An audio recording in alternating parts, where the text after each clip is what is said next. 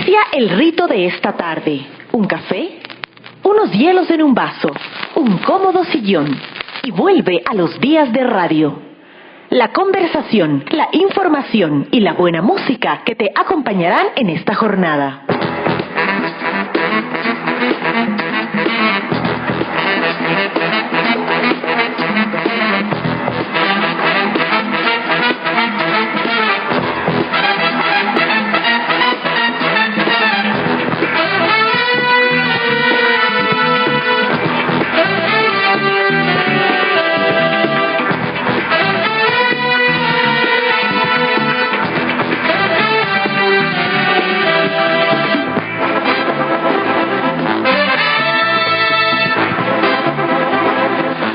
Hola amigos, bienvenidos a Días de Radio, gracias por acompañarnos esta tarde.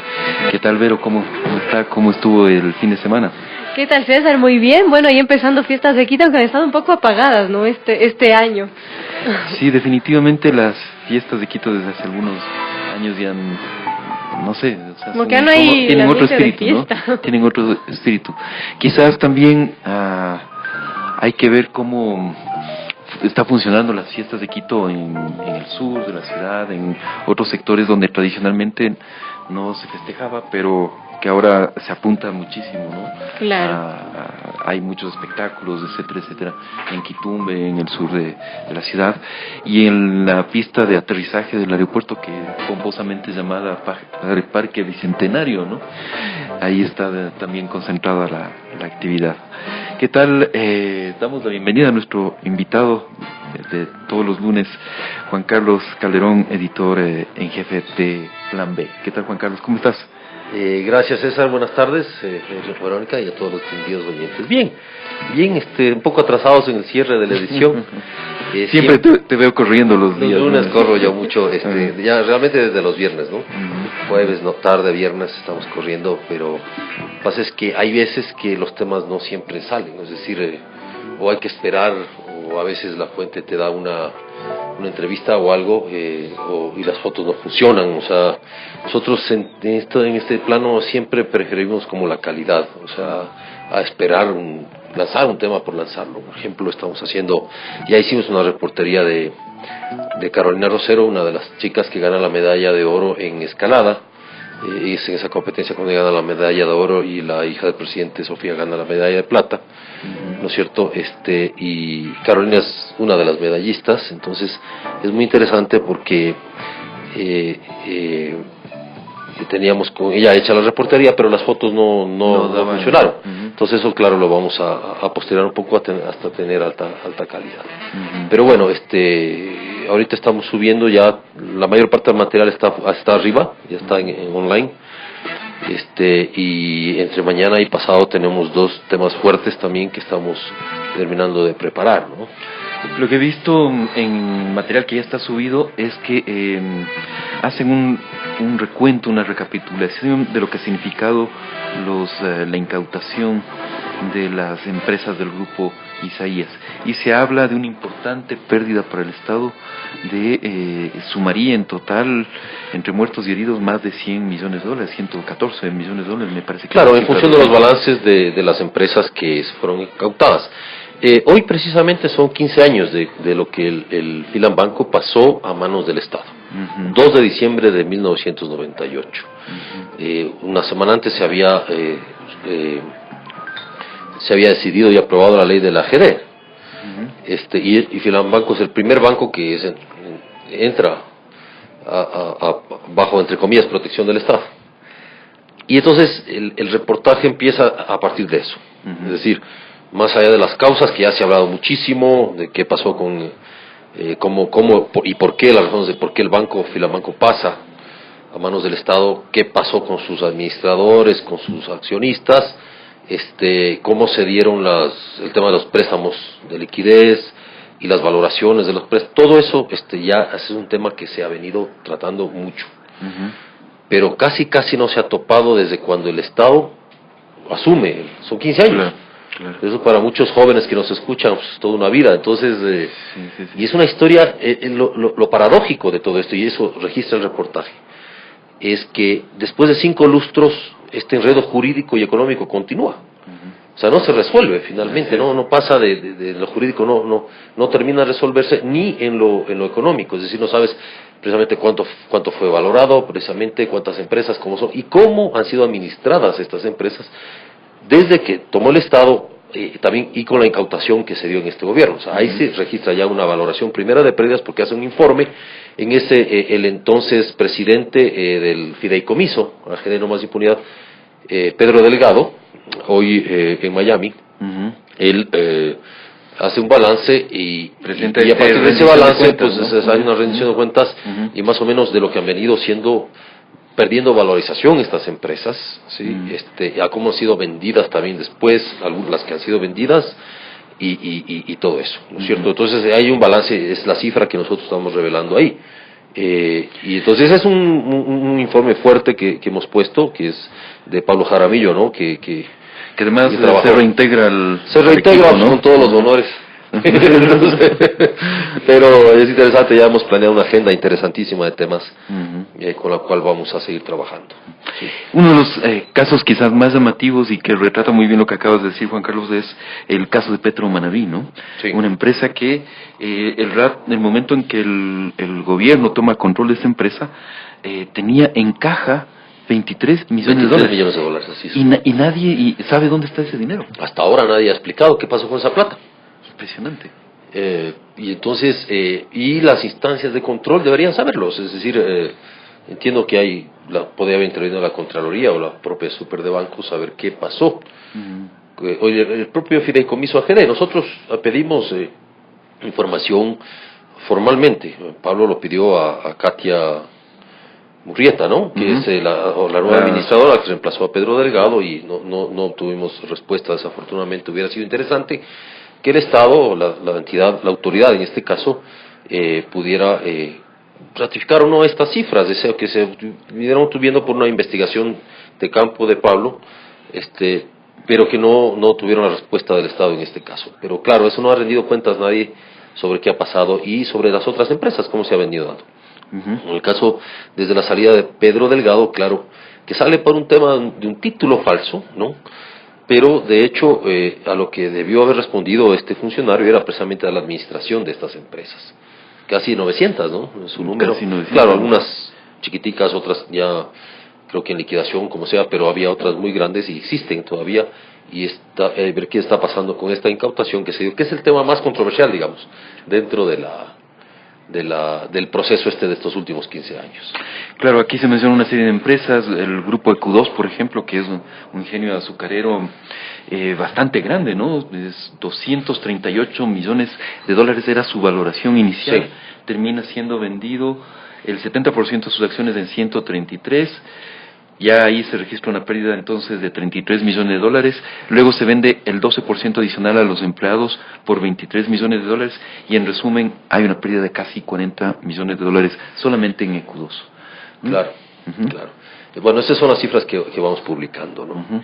Está TV Cable, está Ramada, Budget, EICA, que era Maxigraf. EICA es una de las más grandes, los barcos pesqueros, ¿qué pasó con esta historia de los barcos pesqueros? Todo eso, ¿no? Y hay también incluso vehículos, propiedades urbanas, propiedades predios. Lo que revela el reportaje también es que hay alguna serie se hicieron otro tipo de incautaciones también, como estos vehículos de lujo. ¿Te acuerdas? No sé, el público debe recordar que incluso Carlos Bravo, que era presidente de la AGD, director de la AGD, incauta estos vehículos que eran unos vehículos súper de lujo, de colección, ¿no? Que estaban valorados con mucha plata. No tengo idea de cuánto podrá ser valorado eso, pero... Claro, porque uno colecciona más Porsche pero bueno, están incauta. ¿Y qué pasó con esos vehículos? ¿Dónde están? ¿Cómo los vendieron? ¿Los vendieron? ¿No los vendieron? Es decir, usted se va a enterar en plan B de eso. O sea, ¿qué pasó? ¿Qué empresa está administrando eso? ¿Qué señor está administrando eso? ¿Cómo ha rendido cuentas o no de eso? O sea, casas también, o sea, todo lo que se incautaron, esto está siendo arrendado, ¿dónde va este dinero? ¿Cómo se está manejando?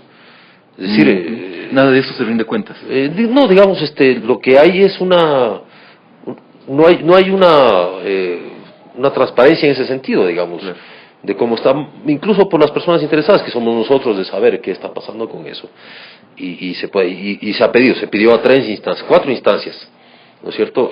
4 instancias oficiales cada una vinculada al tema, sobre respuestas de eso, pero tampoco se ha dado respuesta. Así es. Bueno, alguna vez te comento que nosotros pedimos información a los canales incautados.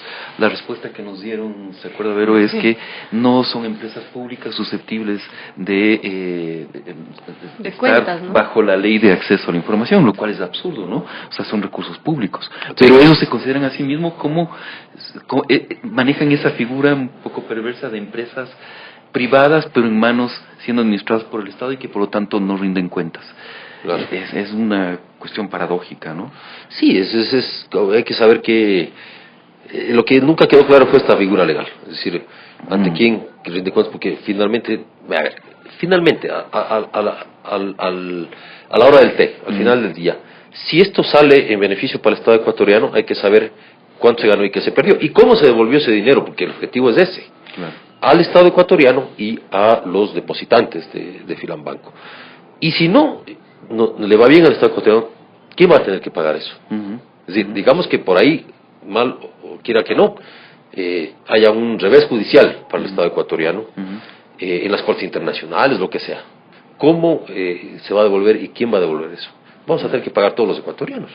Ese es el punto, ¿no? Entonces, pues este caso nos pareció muy emblemático trabajando así. Ahora, hay cosas también muy chéveres en esta edición, adicionales, como el perfil de un señor que se llama César Ricaurte, sí, aquí presente.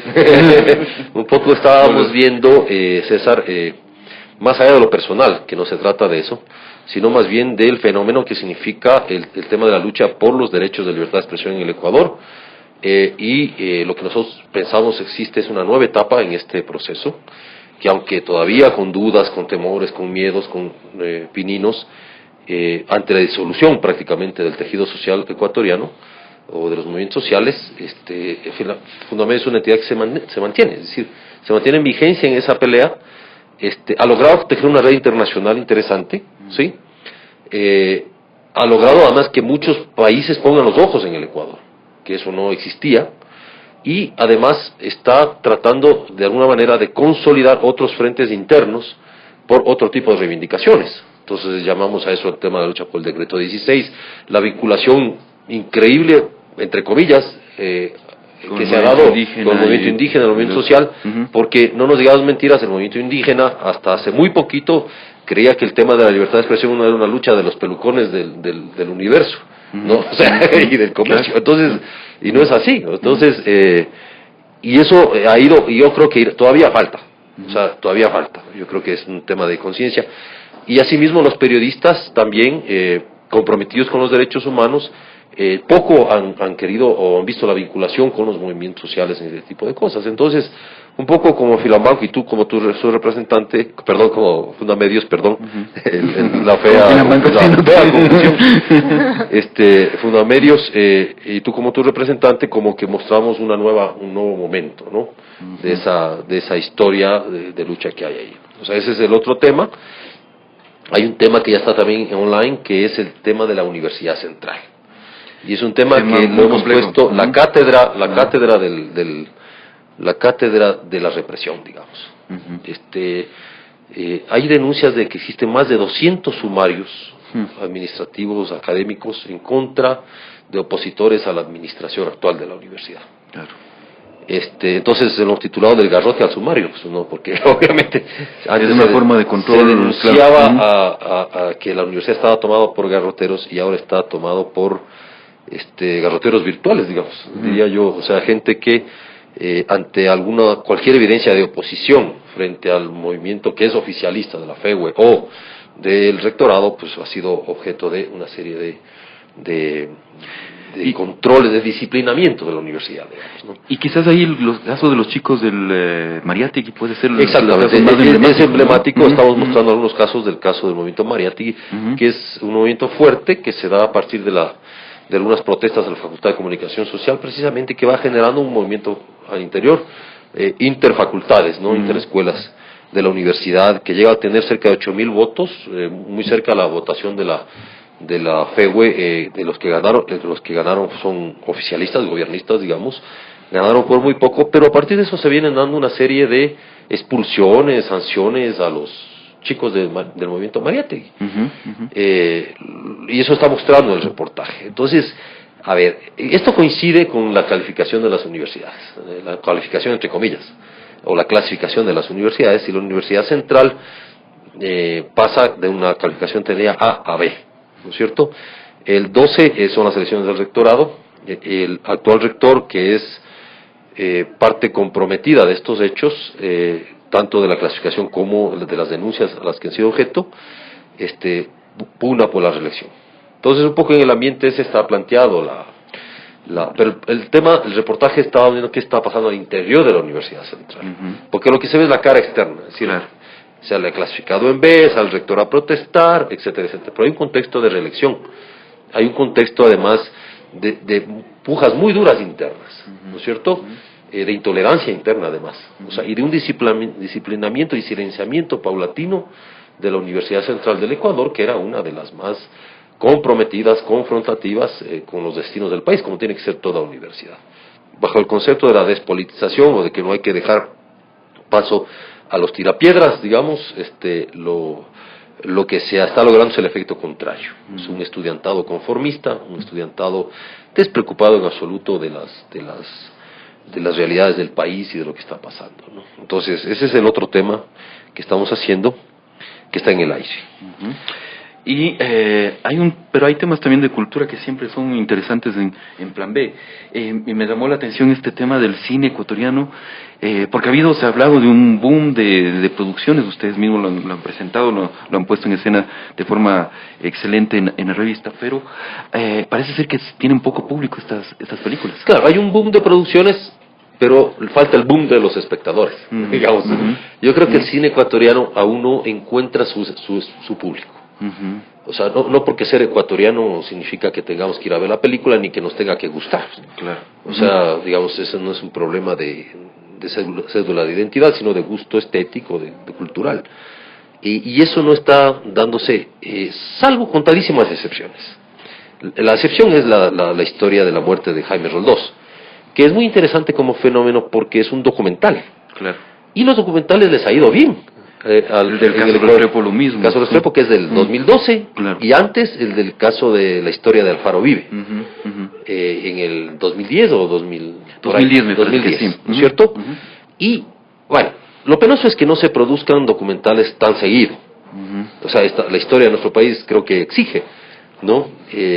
Propuestas documentales sobre algunos hechos, muchos casos. Pero bueno, o sea, con lo poco que se tiene, les ha ido bien. No así, salvo también contradicciones excepciones, la película Sebastián Cordero, pero ya del 2012, ¿no? Pescadores del 2012, a la cual le va muy bien.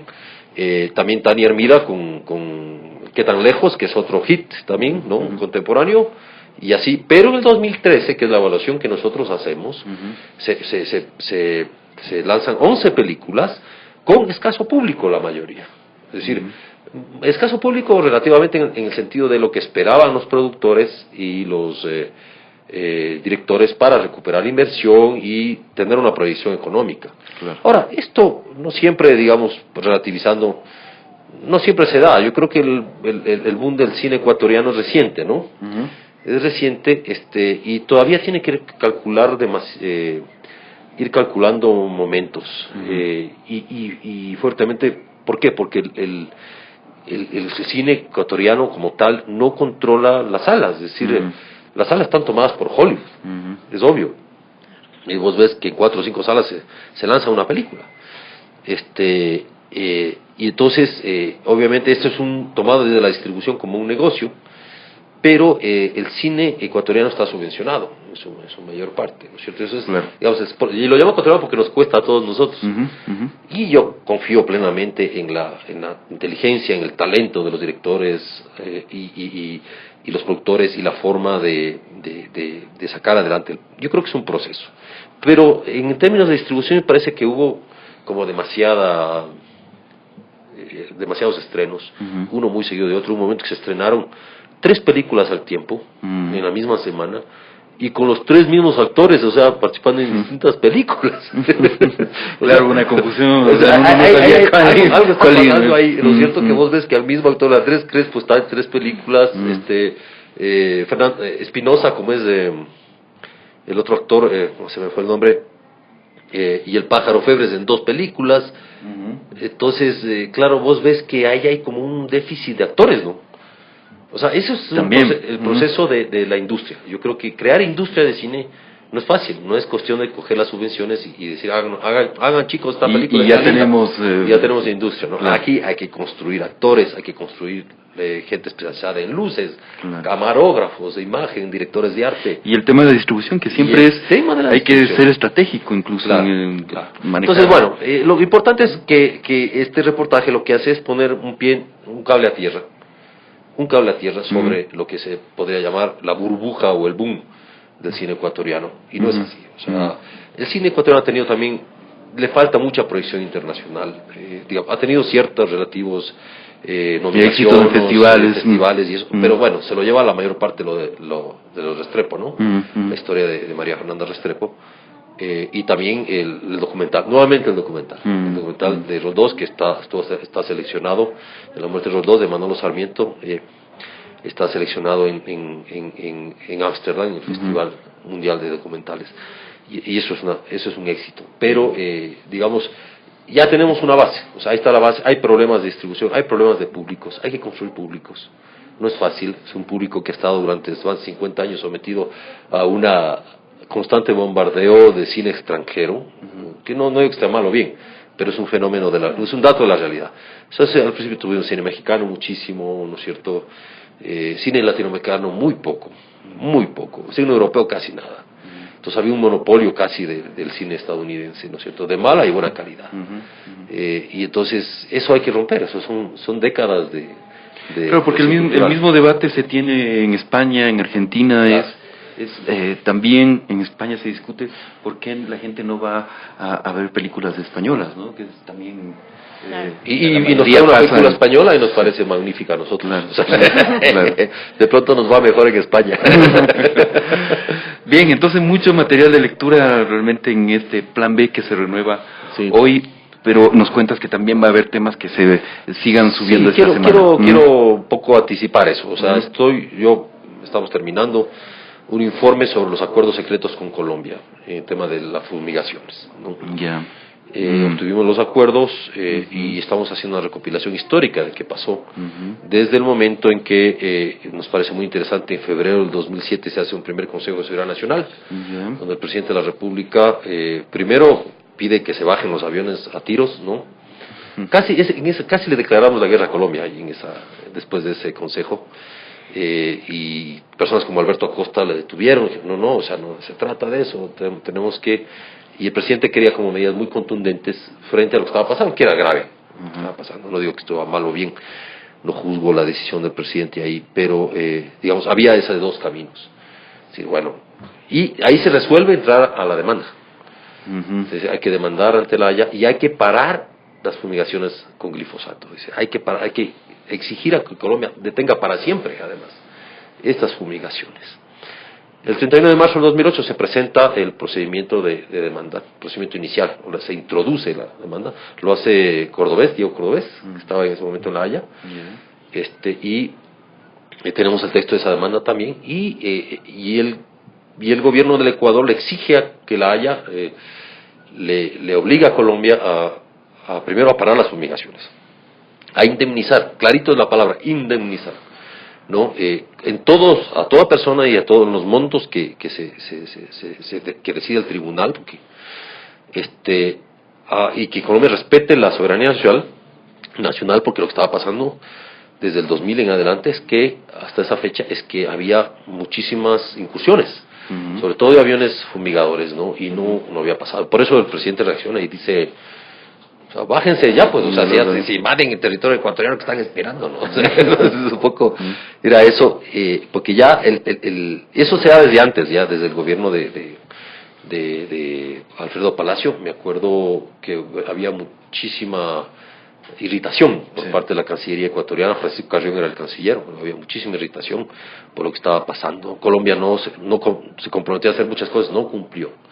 Entonces el tema es qué pasó, por qué 6 años después, el gobierno ecuatoriano, el presidente Correa, acepta no una indemnización, sino una contribución, se llama, de $15 millones.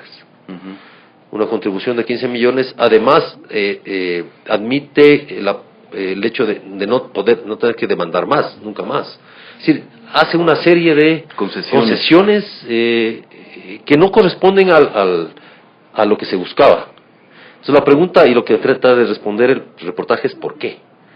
¿Qué pasa con eso? ¿Y se llega al por qué? Sí, hay un par de cosas que sí, eso es importante saberlo, pero lo que nos queremos mostrar es esa contradicción profunda que se da entre la postura del Estado ecuatoriano, que además hace una descripción en la demanda, hace una descripción catastrófica, una descripción estremecedora de los hechos, de los impactos del glifosato y todo lo que le pasó a la población.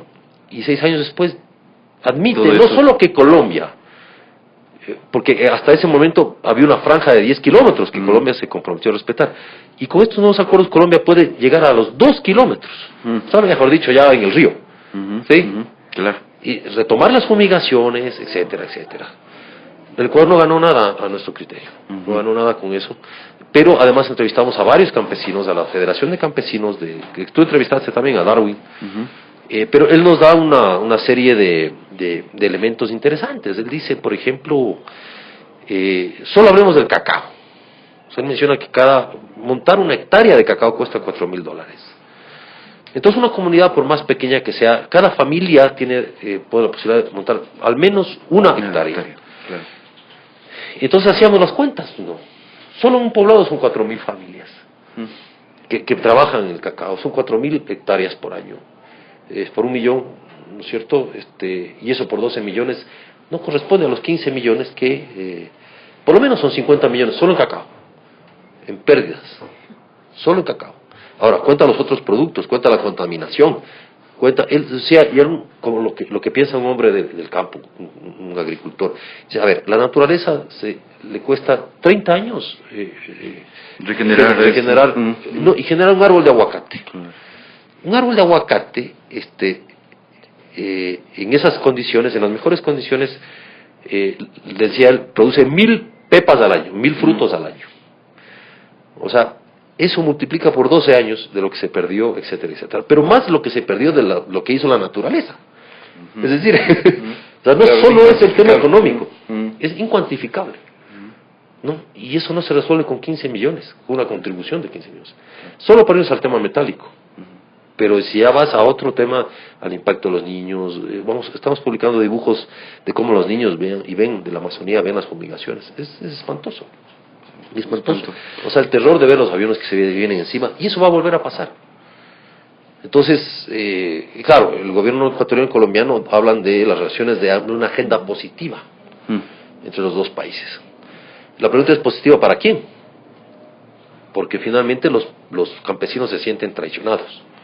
Y los campesinos se sienten burlados, además. Los campesinos ecuatorianos, obviamente, por esta agresión. Porque el presidente Correa habló de que había un acuerdo, que se había conversado con los campesinos y que había un acuerdo para admitir este Bueno, lo que mencionan de este supuesto acuerdo es una Colombia. charla que entiendo el vicecanciller dio con una gente en Lago Agrio, que fue una socialización, ¿no? Al estilo... Es decir, mire, está pasando esto y el convencimiento de la gente de que no se podía llegar a más, digamos. O sea, el Ecuador no tenía otra posibilidad que hacer esto. Es decir, no le han dicho al país si lo que pasó fue que en La Haya no íbamos a perder, probablemente, ¿no es cierto? O sea, ahí puede llegar a un acuerdo, etcétera, porque es de iniciativa del Ecuador. Pero la demanda y todo eso, pero el Ecuador retira la demanda. Y ese es el punto de este informe que estamos haciendo.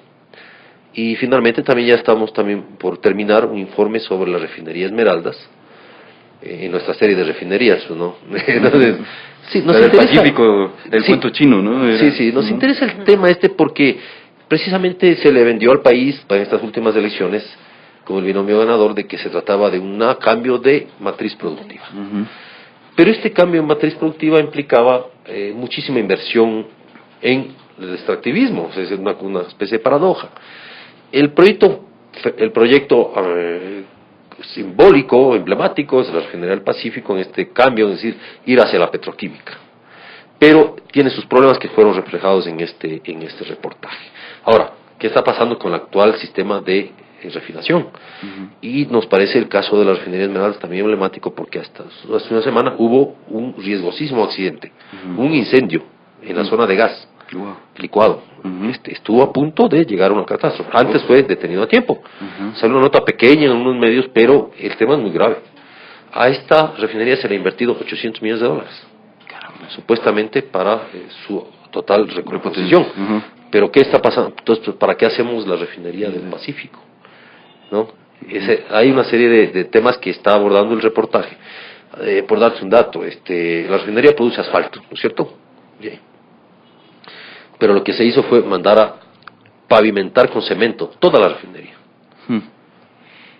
O sea, y después nos quejamos de que no hay plata. O sea, hay como una especie de contradicción. ¿Cómo una refinería que produce asfalto para las carreteras del país mete cemento? O sea, poco claro. Eso va a estar explicado en el reportaje, y es interesante ver qué es lo que está pasando, lo que yo llamo este dispendio casi irresponsable sobre el gasto, ¿no? El gasto que está pasando, estas supuestas inversiones. O sea, se mete muchísima plata en un montón de proyectos que después vas viendo que no. O sea, entonces vamos a ver lo que pasa. Ese es el otro informe que vamos a levantar entre mañana y pasado. Perfecto. Muchas gracias, Juan Carlos. Realmente, como digo, mucho material de lectura en la nueva edición de Plan B. De hecho, Vero ya estaba ahí. Sí, estaba entretenida. En la lectura. Bien. Bueno, listo. Muchas gracias. Gracias, Juan Carlos. Gracias. Regresamos dentro de una pequeña pausa con nuestros invitados en el panel de la tarde. La zona de gas licuado. Estuvo a punto.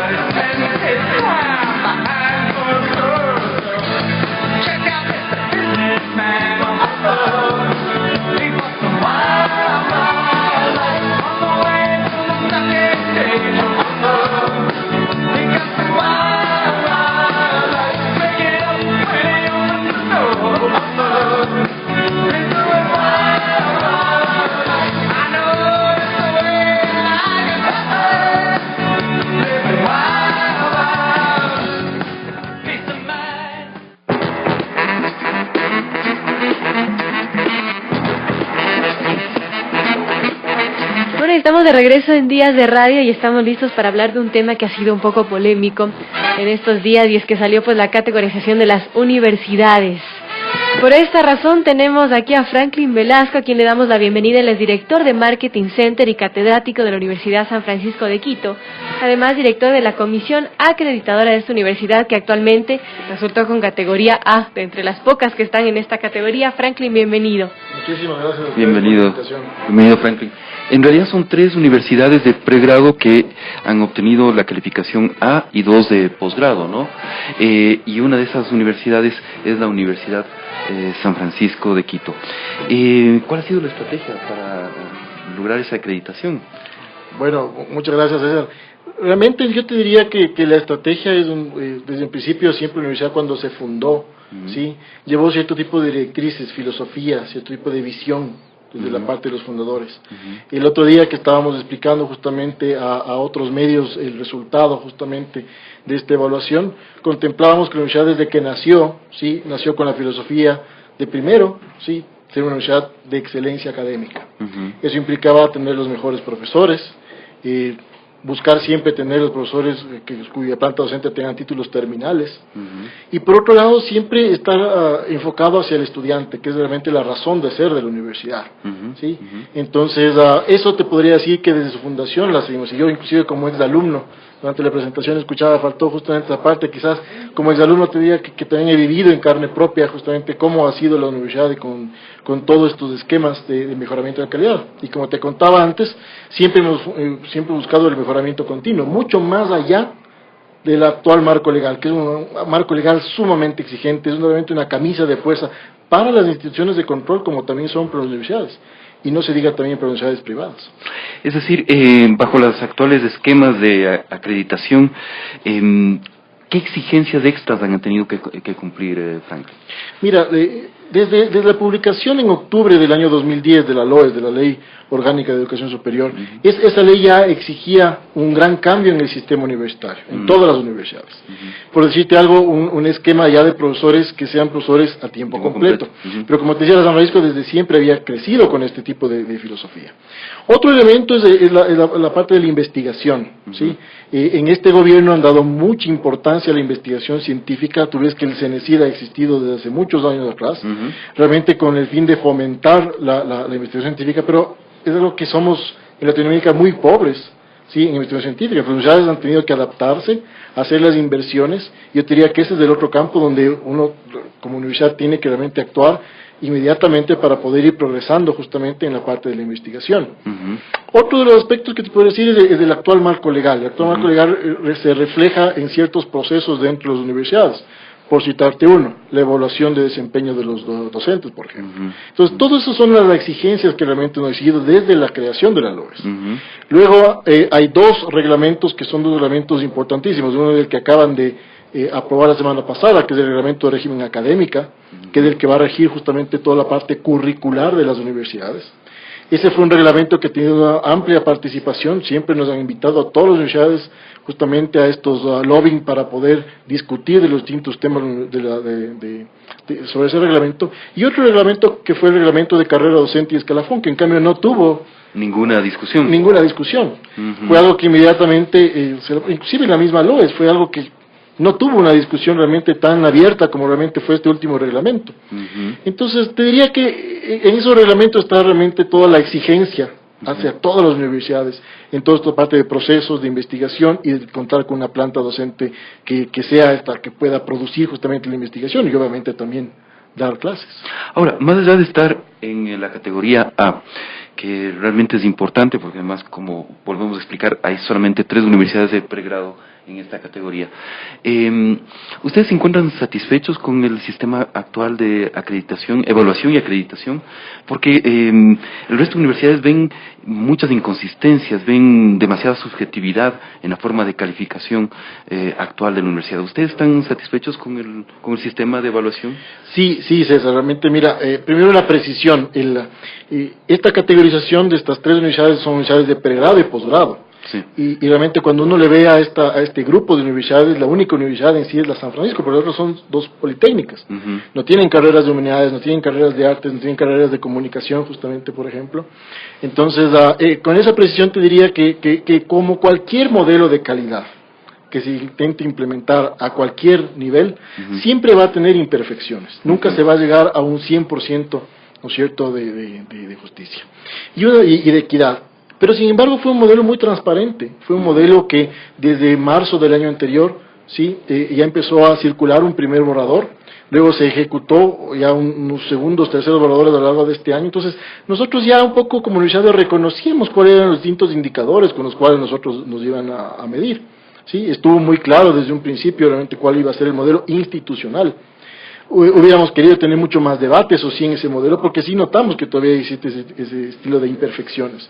Pero sin embargo es un modelo que uno de los trabajos que hicimos en la universidad fue comparar con varios estándares internacionales de acreditación. Y que realmente todas las acreditadoras hacen exactamente lo mismo, hacen una evaluación de la investigación, una evaluación de la infraestructura, una evaluación de que el profesor que tenga un título, ¿no es cierto?, esté dictando clase en el área fin, por ejemplo, de la filosofía, que es lo que comentábamos hace un momento, que la visión estén trasladadas realmente, sí, en la malla curricular y en los distintos ámbitos de la universidad. Es decir, que es un modelo que no es perfecto, es un modelo que estaba bastante bien adecuado quizás a la realidad actual, porque también un discurso que ha tenido ya, y yo no es mi interés de la universidad de defender a ninguna institución, ningún órgano de control, pero por ejemplo ellos sí habían hablado que este es un modelo que viene a ser una línea base. Lo que dijeron justamente en la presentación de los resultados es que el siguiente modelo quizás tendrá indicadores mucho más duros en términos de subir justamente la vara de educación superior, ¿no? Por ejemplo, en este modelo venían a las oficinas de los profesores y querían ver y comprobar que funcionaban las distintas computadoras de las impresoras. El siguiente modelo ya no tiene que ser eso. Quizás ya se va a enfatizar mucho más en cuál es la producción científica, no cuál es la producción académica que tiene el profesor. Entonces, en ese sentido te diría que sí, o sea, es un modelo que ha sido imperfecto, pero de todas maneras que con la transparencia con la que manejó el CEACES, sí, pudimos realmente todas las universidades a tiempo reconocer cuáles eran esas medidas, excepto una parte que en eso sí hay que hacer una crítica al CEACES, que fue la ponderación, es decir, cómo a la final esos indicadores, sí, se iban a ponderar y realmente iban a obtener resultados. Esos resultados recién la semana antes de la publicación de los resultados fue cuando difundieron las distintas universidades. O sea, no tuvieron acceso a esa ponderación finalmente de los resultados. Tuvimos acceso, pero casi justo cuando daban los resultados, ¿no? Y fue algo que todas las universidades, incluida San Francisco, cuando habían estos talleres, solicitábamos, que cuál era justamente la ponderación que iban a utilizar para sacar los resultados finales. Ahora, tú has hablado de acreditadoras y es así como funciona en gran parte del mundo. Son el Estado no es el que evalúa finalmente a las universidades, sino que son acreditadoras, digamos, independientes, ¿no? Que son de otro tipo. ¿Es conveniente este modelo de acreditaciones estatales? Mira, hay casos que, por ejemplo, se sujetan, hablo más bien en un contexto en el cual se requiera justamente regular a profundidad. ¿Sí? En el caso, por ejemplo, norteamericano, tú tienes que había cierto tipo de universidades, ¿sí? Cuya historia, cuya calidad afloraba naturalmente y no necesitaban de un modelo de acreditación que les obligue realmente a que estén ahí. Y por eso tú tienes acreditaciones regionales en Norteamérica, donde unas son un poquito más flexibles, cuando están más flexibles, en cambio otras son mucho más rígidas, que es lo que pasa, por ejemplo, con aquellos estados que están hacia el sur. Entonces, eso te puede indicar que realmente lo que debe pasar, y te hablo justamente con esta filosofía de libertad, no de este Estado regulador, es que quizás se pudo haber colocado cierto tipo de modelo de acreditación, ¿no es cierto? Sí, pero bajo un contexto.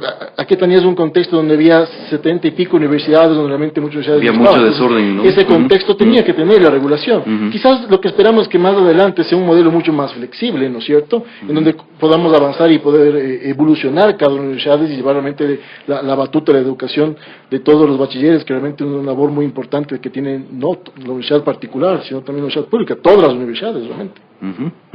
Vero.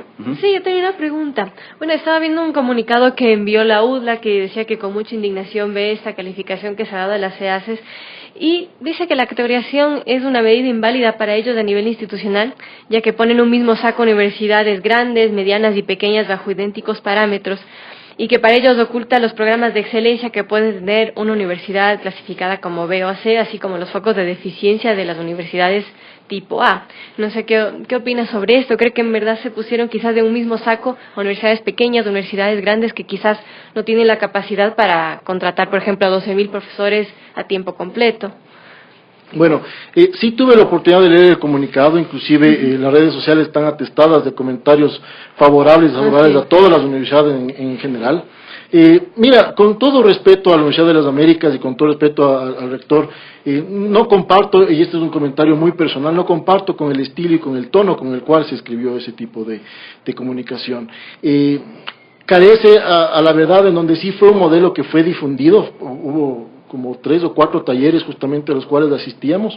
Entonces, en ese sentido, son resultados que seguramente por su su mala calificación tienen este tipo de efecto, ¿no? Entonces, en ese sentido, te podría decir que todas las universidades han tenido hasta otro tipo de reacciones, ¿no? Por ejemplo, veíamos la UTE que estaba muy bien feliz por haber estado en la categoría B.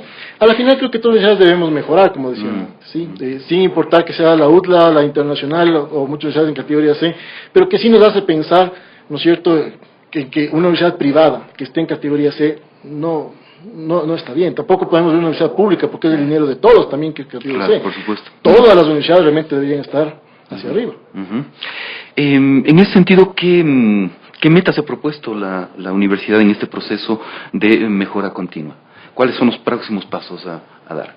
Bueno, sí, inmediatamente tiene que llegarnos un informe a cada universidad. Ese informe no nos ha llegado todavía a nosotros como Universidad de San Francisco. Y ese informe contiene las cosas en las cuales hay que trabajar. Exactamente, establece justamente en qué sacamos buena nota en cada indicador y en cuál estamos más o menos o en cuál debemos como es mejorar y bastante. Ese informe no nos ha llegado todavía. Ese informe, inclusive, según el reglamento que expidió el SEACE la semana anterior, establece que debemos entregar un plan de mejoras, tanto los universidades que estamos en categoría A como los otros tipos de categorías. Entonces, la primera reacción es justamente trabajar sobre ese plan de mejoras. Sin embargo, mira que los entes de control han hecho muchos pedidos. De hecho, el periodo justamente de acreditación, que fue el de marzo, abril, fue un periodo lleno de pedidos de las universidades. Yo te podría decir que fácilmente, si vamos a llamar industria, somos quizás la industria más regulada en este momento que después de los bancos en el país. Y estos pedidos llevan justamente hacia justamente el poder controlar, el poder tener un gran sistema de información, pero no se estaban hablando el CES, el SEACES y el CENESID. Entonces, dentro de eso, te puedo decir que una de las cosas que estamos también haciendo es integrar mucha información dentro de la universidad, ¿sí? Tener el apoyo del departamento de IT para inmediatamente poder responder a todos estos pedidos, porque realmente son abrumadores. En la misma semana llegaban los mismos pedidos que hacía el SEAS y el CES y realmente era imposible humanamente para poder entregar esa información. Claro, amigos profesores me han dicho que muchas veces tienen que dedicar jornadas completas a preparar la documentación para y ese es el problema, César, porque quien es un investigador, que tú le pongas a hacer a llenar estos formularios, justamente, estás quitando un tiempo valioso para su investigación, para su labor de docencia, para su labor de vinculación que tiene también. Entonces, ese es un proceso realmente engorroso que, como comisión que hablaban en el otro hace un momento, hemos tenido que justamente cambiar realmente un poco la cultura de la universidad en el sentido, mira, tenemos que empezar a hacer este tipo de papeles burocráticos para poder entregar la información. Y en todo caso, la universidad, la San Francisco, persevera en esa filosofía que tú señalabas al principio, pero como te decía, ¿qué se han propuesto en este? Porque imagino que hay, digamos, fortalezas en la universidad, en investigación, por ejemplo, en ciertas áreas de investigación, y hay otras en las cuales se tiene que comenzar a desarrollar esos niveles de investigación, ¿no? Casualmente, una de las cosas que estamos haciendo y estamos presentando la próxima semana es entregar nuestro plan estratégico hasta el año 2017. Ese plan estratégico establece no solamente quizás los resultados de esta evaluación, sino nosotros también tuvimos una evaluación, una consejería de un órgano internacional, justamente, que nos pidió varios otros ámbitos que, por ejemplo, este modelo no tomaba en cuenta. Por ejemplo, la internacionalización de la educación, es decir, que tanto tenemos convenios con otras universidades, que tanto los mismos estudiantes pueden acceder a intercambios, por ejemplo, ¿no? Que tanta investigación se está haciendo en aspectos multidisciplinarios, pero también con otras redes de investigación, tanto local como internacional. Entonces, en ese sentido, tenemos un mapa que nos dejó toda esta consejería, todas estas reuniones que siempre tenemos semanalmente, que nos hacen justamente ver este mejoramiento hacia dónde debemos ir caminando, ¿no? Pero siempre manteniendo la filosofía de la universidad, que es la filosofía de las artes liberales. Me imagino que el objetivo en algún momento es estar entre esas 1000 universidades, mejores universidades del mundo. Actualmente no hay ninguna ecuatoriana en ese listado. No hay ninguna ecuatoriana, pero también hay que establecer cómo son medidos ese tipo de rankings también. Por ejemplo, uno de los aspectos muy importantes del ranking es el número de citaciones que tienen los papers publicados científicamente. Cuando se publica en idioma español, el nivel de citación es muy bajo comparado con el nivel de inglés. Entonces, eso, por ejemplo, es un punto que quizás se debería ver qué tipo de ranking es el que mejor podría adaptarse a las universidades latinoamericanas. Pero cuando existe ya la Universidad Latinoamericana, cuando tú ves, hay una empresa que es justamente Qualcarelli System, que está basada en Londres, ellos sacan un ranking anual. Ese ranking anual, cuando tú ves en Latinoamérica, existen solamente 3 universidades, sí, por encima de las 150. Y está justamente la Pontificia Universidad Católica, está la Universidad San Francisco y está la SPOL. ¿Sí? Mira que esos rankings también toman, por ejemplo, los años en los cuales la universidad se ha establecido, cuántos años tiene la universidad como operación. Y una de las noticias que nos dieron hace unos 2 meses fue que la San Francisco no solamente ya pasó los niveles, ¿no es cierto?, los estándares de este ranking norteamericano, sino ya estamos en el ranking mundial. Somos la primera universidad que ya estamos en ese ranking mundial. ¿Sí? Entonces, en ese sentido, cada vez estamos avanzando, cada vez más. Tenemos apenas 25 años, acabamos de cumplir apenas 25 años. ¿Sí? Quizás estamos en una edad madura y es ahora donde tenemos que empezar a producir mucho más. Bueno, ¿qué destacaría, Franklin, de este proceso? ¿Qué tal vez ha sido lo más difícil para llegar a esta categoría? Tal vez una exigencia que les ha resultado complicada de cumplir, pero que finalmente lo han hecho. Mira, como te decía antes, quizás esta cultura en el cual, ¿no es cierto?, el profesor se siente cómodo, ¿no es cierto?, cuando está haciendo su investigación, cuando está haciendo su docencia. El momento en que se solicita distintos datos, con distintas fechas, con otros formatos, que fue realmente el desorden que sucedió en este periodo de acreditación, es un tema molestoso. Entendemos que fue un tema temporal y ya pasó. De hecho, muchas de las observaciones que hemos hecho nosotros al CES y al CEACES fue justamente el poder establecer este nivel de comunicación entre las partes para que exista un solo pedido y el pedido esté bastante claro, ¿no? Además que existe una memoria institucional, no solamente en la San Francisco, sino en el CES, en el CENESID, CEACES, donde ya esa información que ya la tienen, ya no nos la vuelvan a pedir, que es algo que también ha vuelto a suceder. Otra de las cosas que tenemos y hemos venido trabajando ya desde hace un año es el tema de la acreditación de las carreras, porque recuerden que a la vuelta de la esquina viene la acreditación de las carreras y van a empezar, por ejemplo, con medicina.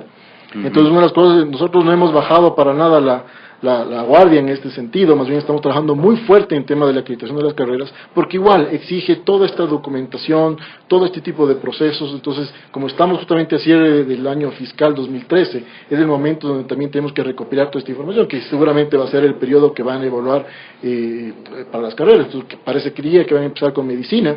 Entonces, hace ya un año venimos trabajando con esta carrera, justamente, ¿no?, en estos formalismos, en esta burocracia que lastimosamente se ha armado. ¿Sí? Quizás una opinión final, Franklin, sobre el hecho, justamente, tú mencionabas que hay 3 universidades en este ranking hecho en Londres, y estaba la Pontificia Universidad Católica del Ecuador. ¿Por qué crees que se le ha bajado de categoría a la Universidad Católica? Ahí sí puede haber un error, una subjetividad. César, mira, igual, nosotros no hemos participado en un proceso con la Católica, como la pregunta anterior con Laura. Desconocemos cuál fue el tipo de información realmente que ellos entregaron. Desconocemos cuál es la posición en los distintos indicadores. O sea, nosotros aspiramos a recibir justamente el informe para inclusive ver si es que hay una universidad que está mejor que otra, saber en qué nosotros podemos mejorar. Ese sería parte de la consejería o asesoramiento que estaríamos buscando de un órgano como el SEACES. No solamente el poder colocar solamente una etiqueta que sí ratifica el nivel de excelencia de la Universidad de San Francisco y de otras universidades más. Pero cuando uno lee ese informe, ustedes han tenido acceso al informe, si ve una gran brecha entre universidades de categoría A con las distintas universidades de categoría B, y más todavía que en la categoría C. Por ejemplo, en investigación, en academia, es una brecha muy grande. Ellos tienen un gráfico ahí de radar que realmente refleja este tipo de brecha. Correcto. Bien, muchas gracias, Franklin, por haber acudido a Rayuela Radio y a Días de Radio para darnos estos valiosos criterios acerca de la acreditación de las universidades. Y felicitaciones una vez más por esta categoría A. Muchas gracias, estamos muy contentos realmente y esto ratifica y nos eleva la moral para seguir trabajando. Por supuesto, se necesitan más universidades como la Universidad San Francisco de Quito. Y a todos ustedes, amigos oyentes, gracias por habernos acompañado. Pero, ¿tiene algún comentario final? Bueno, que nos sigan a través de redes sociales. Ya saben que estamos en Facebook, en Twitter, como Rayuela Radio y @Rayuela Radio S. Con nosotros será hasta el miércoles, César. Hasta el miércoles. Esta es una semana corta. El viernes no vamos a tener el programa porque es feriado por las fiestas de Quito. Y bueno, entonces disfruten las fiestas de Quito también, de forma moderada, obviamente. Y nos estaremos viendo el día miércoles. Un fuerte abrazo. Hasta la próxima.